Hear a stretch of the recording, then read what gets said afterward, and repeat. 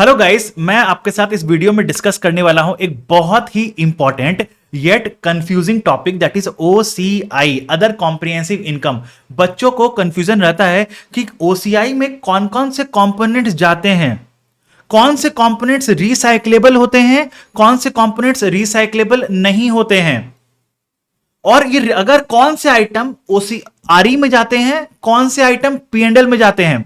अगर ये आरई में जाएगा या पीएनडल में जाएगा तो कब जाएगा, तो ये सारा कंफ्यूजन रहता है। और हां, एग्जाम के रिलेशन में भी ये बहुत इंपॉर्टेंट है। पास्ट पेपर के में भी आया हुआ है इससे क्वेश्चन, आरटीपी में भी क्वेश्चन पूछा गया है इससे। तो प्लीज इस वीडियो को एंड तक देखना। मैं इसमें ओसीआई के रिलेटेड स्टार्टिंग से लेकर फ्रॉम द वेरी एंड सब कुछ डिटेल में डिस्कस कर दूंगा। But before we start, I will request, अगर आप इस चैनल पर नए हो तो सब्सक्राइब कर लेना, वीडियो को लाइक कर देना, अपने फ्रेंड्स के साथ शेयर कर देना, so that this video gets maximum reach. Okay, आ जाओ स्टार्ट करते हैं। इस क्लास का नोट्स आपको मेरे टेलीग्राम ग्रुप में मिल जाएगा, उसका लिंक डिस्क्रिप्शन बॉक्स में डाला हुआ है। देखो, मुझे मालूम है कि ओसीआई वाले कंपोनेंट्स में आप लोग को दिक्कत होता है, तो मैंने क्या किया, यहां पे मैंने ना आपके साथ पहले यहां पे पूरा लिस्ट डाउन कर दिया है कि ओसीआई में क्या क्या कंपोनेंट्स जाता है, वो किस स्टैंडर्ड पे जाता है। तो मैं अभी क्या करूंगा, मैं आपको पहले सारे कंपोनेंट्स के बारे में बताता हूं एक एक करके, और उससे क्या होगा, आपका रेलेवेंट स्टैंडर्ड भी एक बार रिवाइज हो जाएगा। फिर जहां जहां पे आप फंस सकते हो एग्जाम में, वो वाला पर्टिकुलर पार्ट उठा के मैं वो वाला पार्ट भी आपको समझा देता हूं। तो एक बात ध्यान रखना, ओसीआई में टोटल मिला के 6 चीज जाता है। ओसीआई में टोटल मिला के 6 चीज जाता है। अब वो 6 चीज क्या है बताओ तो। पहला हो गया रिवैल्यूएशन गेन, फिर क्या हो गया, इन्वेस्टमेंट इन इक्विटी इंस्ट्रूमेंट्स, जो एफबीटी ओसीआई पे होता है तो उसका फेयर वैल्यू गेन और लॉस।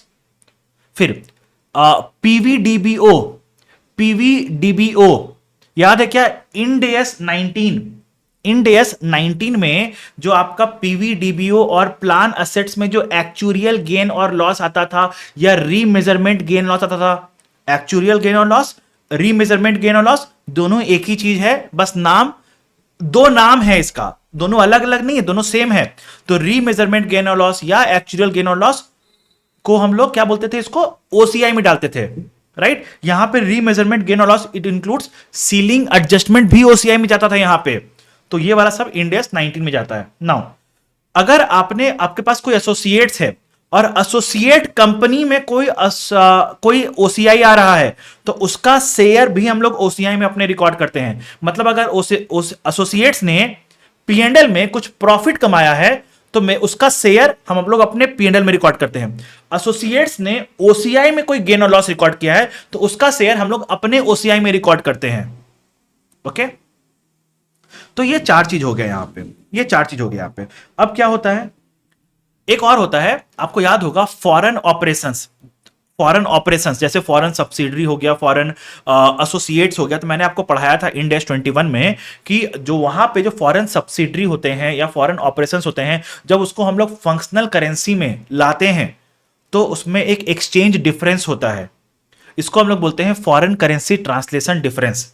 उसको भी हम लोग अदर कॉम्प्रिहेंसिव इनकम में रिकॉर्ड करते हैं, उसको भी हम लोग अदर कॉम्प्रिहेंसिव इनकम में रिकॉर्ड करते हैं। नाउ एक होता है इंडेस 109 फाइनेंशियल इंस्ट्रूमेंट्स में कैश फ्लो हेज। याद है ना, हेज 3 तरह का होता है, fair value hedge, cash flow hedge, net investment in foreign operation hedge, right. तो कैश फ्लो हेज में जो भी हेज इंस्ट्रूमेंट में जितना भी गेन और लॉस होता है जो अनरियलाइज होता है, उसको हम लोग ओसीआई में रिकॉर्ड करते हैं। ये बात मालूम है आपको। तो ये 6 कंपोनेंट्स आ रहा है, मैं फिर से बताता हूं। रीवैल्यूएशन गेन और loss of property plant equipment and intangible assets, आपका investment in equity instruments at FBT OCI का fair value gain loss, remeasurement gain loss of PVDBO and plan assets, share of OCI of associate, फिर आपका आ गया यहां पे cash flow hedge reserve वाला, और FCTR of foreign operation, FCTR of foreign operation. तो ये 6 कंपोनेंट्स है ओसीआई का। अब इसमें से हम लोग क्या बोलते हैं कि ये जो शुरू के 4 कंपोनेंट्स है ना, जो ये शुरू के 4 कंपोनेंट्स हैं, that is revaluation gain of PPE या intangible assets, fair value gain और loss of investment in equity जो एफबीटी ओसीआई में होता है, फिर रीमेजरमेंट गेन और loss of PVDBO plan assets, share of OCI of associates, बोला ये सब रिसाइक्लेबल नहीं है, ये सब रिसाइक्लेबल नहीं है। ओके, ये सब रिसाइक्लेबल नहीं है। तो इसको हम लोग पता है कहां ट्रांसफर करेंगे, इसको पता है हम लोग कहां ट्रांसफर करेंगे, इसको हम लोग को ट्रांसफर करना होता है रिटेन्ड अर्निंग्स में। नाउ मैं एक चीज और लिखता हूं, यहां पे एक और आइटम लिख दो, point number 7, share of OCI of associates, और यहां पे लिख दो इंडेक्स 28। सर ऐसा क्यों लिखा यहां पे, अगर एसोसिएट के ओसीआई में कोई आइटम रिसाइक्लेबल है तो वो यहां पे आएगा, तो वो यहां पे आएगा। अगर एसोसिएट के ओसीआई में कोई आइटम्स नॉन रिसाइक्लेबल है तो वो यहां पे आएगा। बस सिंपल सा बात है। मतलब अगर एसोसिएट्स के ओसीआई में रिवैल्यूएशन गेन है तो उसको हम लोग यहां रिकॉर्ड करेंगे। अगर एसोसिएट्स के ओसीआई में आपका आ रहा है कैश फ्लो हेज का गेन तो वो यहां पे आएगा। ओके, तो बेसिकली जो एसोसिएट्स जहां पे रखा है रिसाइक्लेबल तो यहां भी रिसाइक्लेबल, एसोसिएट्स नॉन रिसाइक्लेबल तो हम लोग यहां भी नॉन रिसाइक्लेबल। अब सिंपल सा एक बात समझो, बोला ये सारे आपके रिसाइक्लेबल हैं, ये सारे आपके नॉन रिसाइक्लेबल हैं, तो ये जो नॉन रिसाइक्लेबल हैं, तो एक बात समझो, OCI is a temporary account, OCI is a temporary account. तो हम लोग इसमें क्या करते हैं, जो भी ओसीआई में आता है वो ओसीआई के थ्रू रूट होके अदर इक्विटी में एक्यूमुलेट होके बैठते रहता है, वो ओसीआई के थ्रू अदर इक्विटी में एक्यूमुलेट होके सारा रिजर्व्स बनके ये बैठा रहता है। और अब ये आइडियली ये या तो ये पीएनएल में जाएगा, या तो ये पीएनएल में जाएगा। अगर रिसाइक्लेबल है, अगर रिसाइक्लेबल है, रिक्लासिफाई हो सकता है तो ये पीएनएल में जाएगा।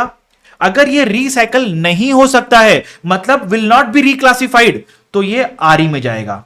लेकिन ये ओसीआई के रिजर्व्स में नहीं बैठा रहेगा। लेकिन कब जब ये रियलाइज होता है। जैसे समझो रीवैल्यूएशन गेन, हम लोग असेट्स को सेल कर देंगे तो ये रीवैल्यूएशन गेन हमारा आरई में चल जाएगा।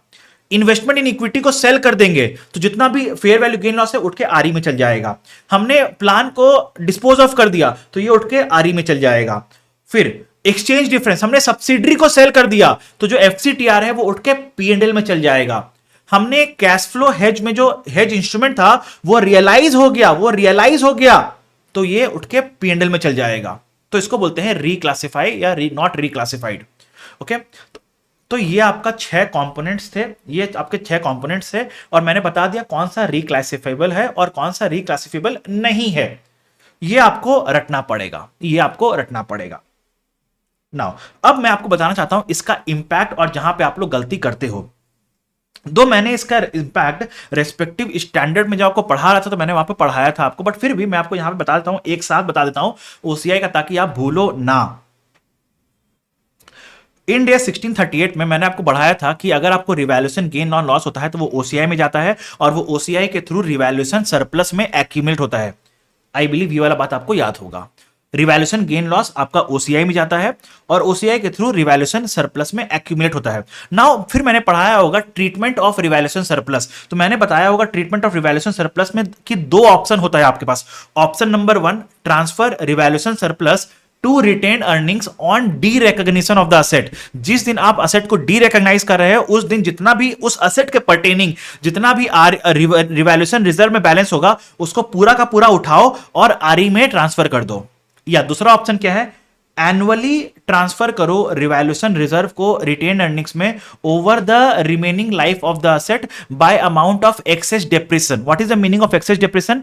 Depreciation prior to revaluation and depreciation post to revaluation. मतलब रिवैल्यूएशन के कारण कितना अमाउंट से आपका डेप्रिसिएशन बढ़ गया, तो बोला उतना अमाउंट से हर साल ओवर द रिमेनिंग लाइफ आप रिवैल्यूएशन रिजर्व से रिटेन अर्निंग्स में ट्रांसफर करते रहो। तो ये ट्रीटमेंट मैंने आपको पढ़ाया था। उसके बाद मैंने आपको अगर याद होगा तो मैंने क्लास में आपको बोला था एक चीज और, मैंने एग्जांपल लिया था, लेकिन फिर मैंने आपको ये बोला होगा कि अगर क्वेश्चन साइलेंट है तो हम लोग मानेंगे कि ये वाला ट्रीटमेंट फॉलो हो रहा है। अगर क्वेश्चन साइलेंट है तो हम लोग मानेंगे कि ये वाला ट्रीटमेंट फॉलो हो रहा है। लेकिन अगर क्वेश्चन स्पेसिफिकली बोल दिया है कि entity has a policy of annual transfer, entity has a policy of reserve transfer, okay, annual reserve transfer, ऐसा कुछ बोल दिया है तो हम लोग ऑप्शन नंबर 2 लेंगे। अगर क्वेश्चन साइलेंट है तो हम लोग ऑप्शन नंबर 1 ही मानते हैं। फिर मैंने आपको एक एग्जाम्पल कराया था क्लास में, मैं वो कराता हूं कि इसका इंपैक्ट कैसे होगा और आप गलती कहां कर सकते हो एग्जाम में।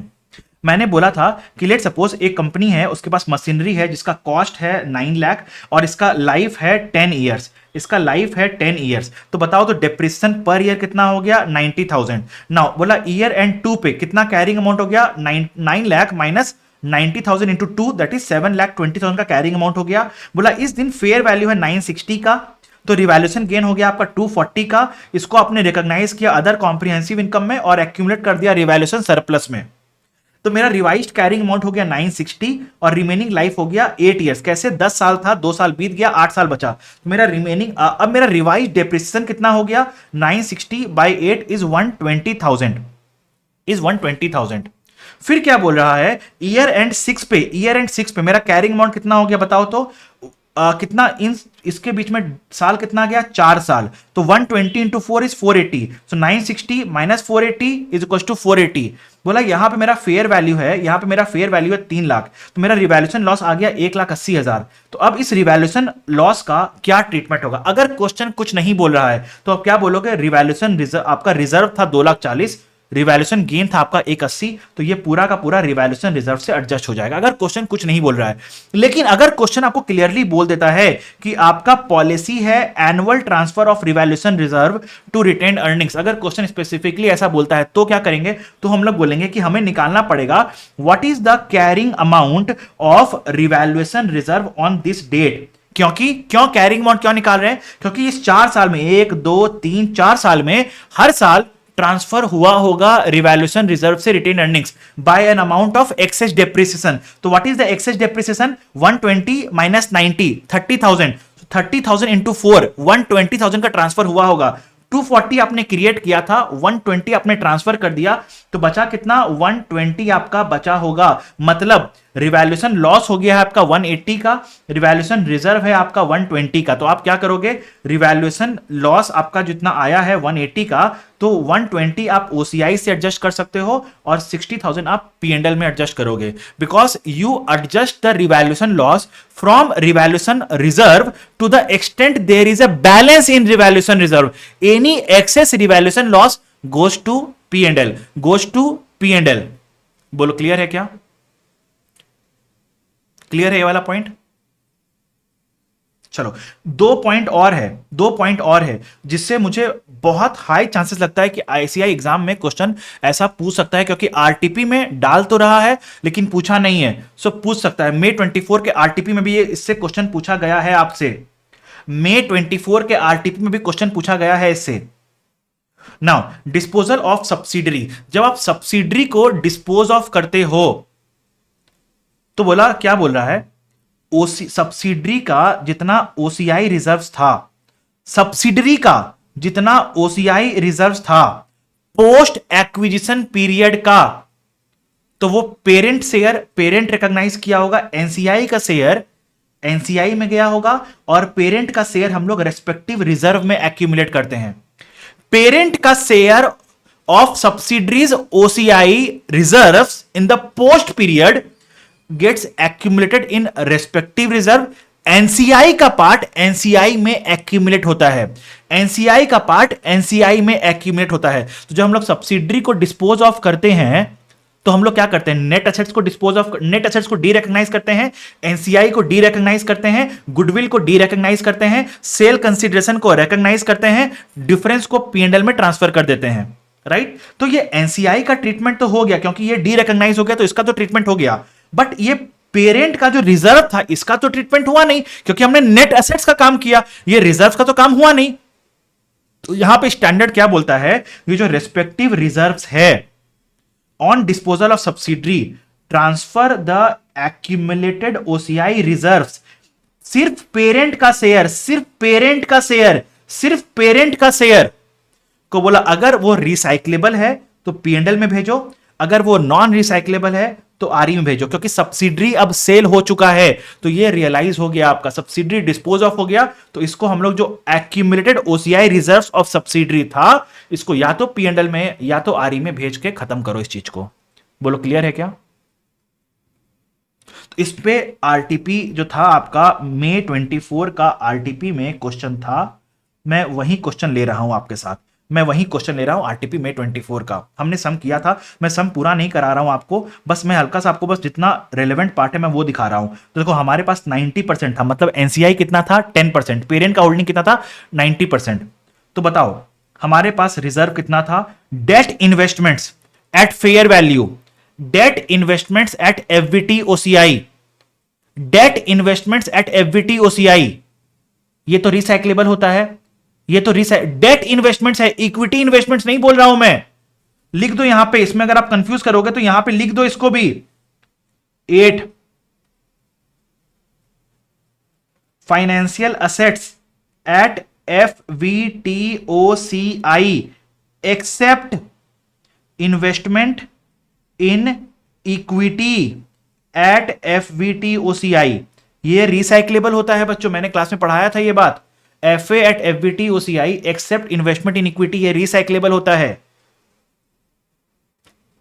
तो चलो ये कितना है बताओ तो, रिलेटेड OCI रिजर्व कितना है 6 करोड़। तो पेरेंट का शेयर कितना हुआ 5.4 करोड़। तो ये कहां चल जाएगा P&L। देखो मैंने भेजा है, देखो मैंने दिखाया होगा यहां पे, देखो पेरेंट का शेयर 5.4 P&L में चल जाएगा।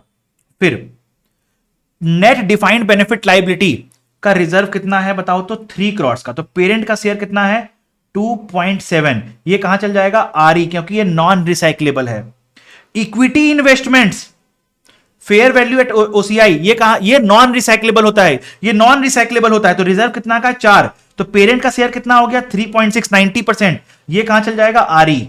और net assets of foreign operation, foreign currency translation reserve, ये रिसाइक्लेबल होता है। तो कितना है रिजर्व 8, तो पेरेंट का शेयर कितना हो गया 7.2, ये कहां चल जाएगा P&L, ये कहां चल जाएगा P&L। देखो मैंने इसका जर्नल एंट्री यहां पास करके दिखाया है।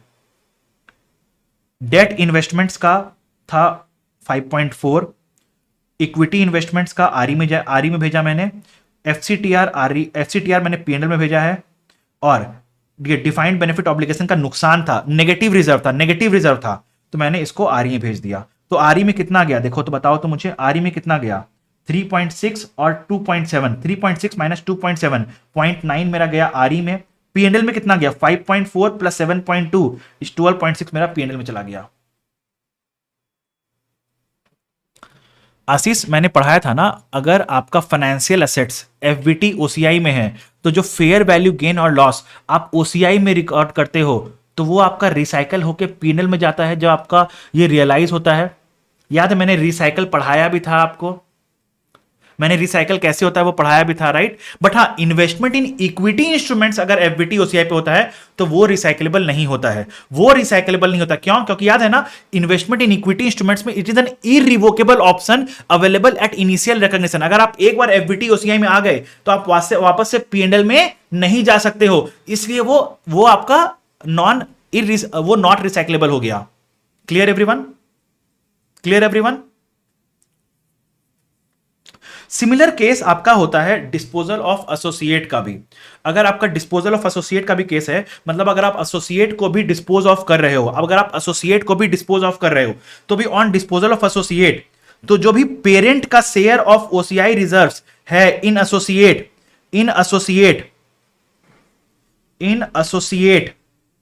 जो भी पेरेंट का शेयर है उसको अगर वो रिसाइक्लेबल है तो P&L में ट्रांसफर करो, और अगर वो रिसाइक्लेबल नहीं है तो उसको RE में ट्रांसफर करो। ओके, नाउ व्हेन आई से डिस्पोजल ऑफ एसोसिएट, तो स्टैंडर्ड यहां पे क्या बोलता है, लेट सपोज आप 30% से अगर 0% गए हो तो it is a disposal of associate, आप 30% से 10% पे गए हो तो भी it is a disposal of associate. Now अगर आप 30% से 70% गए हो, मतलब आप एसोसिएट से सब्सिडरी बन रहे हो, तो स्टैंडर्ड क्या बोलता है, जब आप एसोसिएट से सब्सिडरी बनते हो तो वी अज्यूम कि you are disposing of the associate and now becoming subsidiary. तो हम लोग यहां पे इस केस में भी जब स्टेप एक्विजिशन होता है, जब आप एसोसिएट को हटके आप सब्सिडरी बन रहे हो, तो इस केस में भी एसोसिएट का जितना OCI रिजर्व्स था वो आपको P&L या RE में ट्रांसफर करना पड़ेगा to the extent of parent का शेयर। तो इस पे भी मेरे पास एक क्वेश्चन है और पास्ट एग्जाम में ये आया हुआ भी है। क्या बोल रहा है,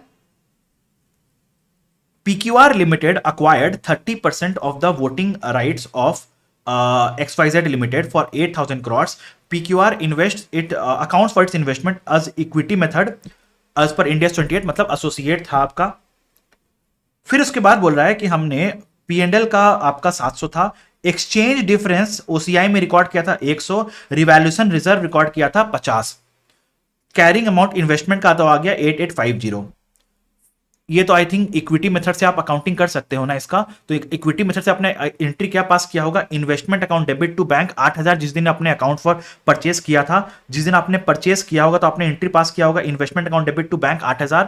सब्सिक्वेंटली आपने एंट्री क्या पास किया होगा, investment account debit to share of profit 700 to FCTR, share of FCTR है, ये शेयर है, शेयर ऑफ FCTR 700 और to share of revaluation reserve 50। अब इसमें ना 30% मल्टीप्लाई मत कर देना बच्चों, क्योंकि ये 30% मल्टीप्लाई करके ही आ रहा है। ये शेयर है, शेयर है मतलब वो इक्विटी शेयर वाला शेयर नहीं बोल रहा हूं, शेयर मतलब हिस्सा। 30% मल्टीप्लाई करके आया है ये वाला, ये 30% मल्टीप्लाई करके आ रहा है। सर हमें एग्जाम में कैसे पता चलेगा, देखो ना नीचे हिंट दे दिया है ना, इन्वेस्टमेंट 8000 प्लस 700 प्लस 50, तो शेयर ऑफ प्रॉफिट तो ऐड करते हैं इन्वेस्टमेंट में, शेयर ऑफ प्रॉफिट तो ऐड करते हैं इन्वेस्टमेंट में, तो ये हिंट दे दिया है ना आपको क्वेश्चन में। ओके तो यहां पे to share of profit to FCTR to revaluation reserve, तो ये दोनों हो गया आपका OCI रिजर्व, ये दोनों हो गया आपका OCI रिजर्व। अब क्वेश्चन में क्या बोल रहा है आगे पढ़ो, बोला on 1 April 20x2 remaining 70% acquire कर लिया, मतलब आप बन गए एसोसिएट से सब्सिडरी। इसका मतलब हम लोग ये अज्यूम करते हैं जब आप एसोसिएट से सब्सिडरी बन रहे हो तो आप एसोसिएट को डिस्पोज ऑफ कर रहे हो, आप एसोसिएट को डिस्पोज ऑफ कर रहे हो, आप एसोसिएट को डिस्पोज ऑफ कर रहे हो ना। जब आप एसोसिएट को डिस्पोज ऑफ कर रहे हो तो क्या करोगे आप, ये जो भी रिजर्व है, ये दो रिजर्व है ना आपके पास, इसको हटाना पड़ेगा। तो हम लोग क्या करेंगे, देखो तो शेयर ऑफ एक्सचेंज डिफरेंस मतलब FCTR ये रिसाइक्लेबल होता है, तो ये कहां चल जाएगा, P&L, नहीं या नहीं है, सॉरी ये नहीं, यहां पे चला गया, P&L में गया, तो 100 का 100 P&L में चला गया। रिवैल्यूएशन गेन ये क्या होता है, नॉन रिसाइक्लेबल, तो ये कहां चला गया, रिटेन अर्निंग्स में चला गया 50। Is that clear everyone? So ये OCI के बारे में कुछ इंपॉर्टेंट बातें थी जो आपको ध्यान में रखना चाहिए। तो ये लिस्ट को रट लेना, और कौन रिसाइक्लेबल है कौन रिसाइक्लेबल नहीं है, इस दोनों बात को ध्यान में रखना, ये रटना ही पड़ेगा, इसका और कोई सॉल्यूशन नहीं है, इसको रटना ही पड़ेगा। ओके तो इस लिस्ट को हमेशा अपने पास रखो, सॉर्टेड हो जाएगा लाइफ। ओके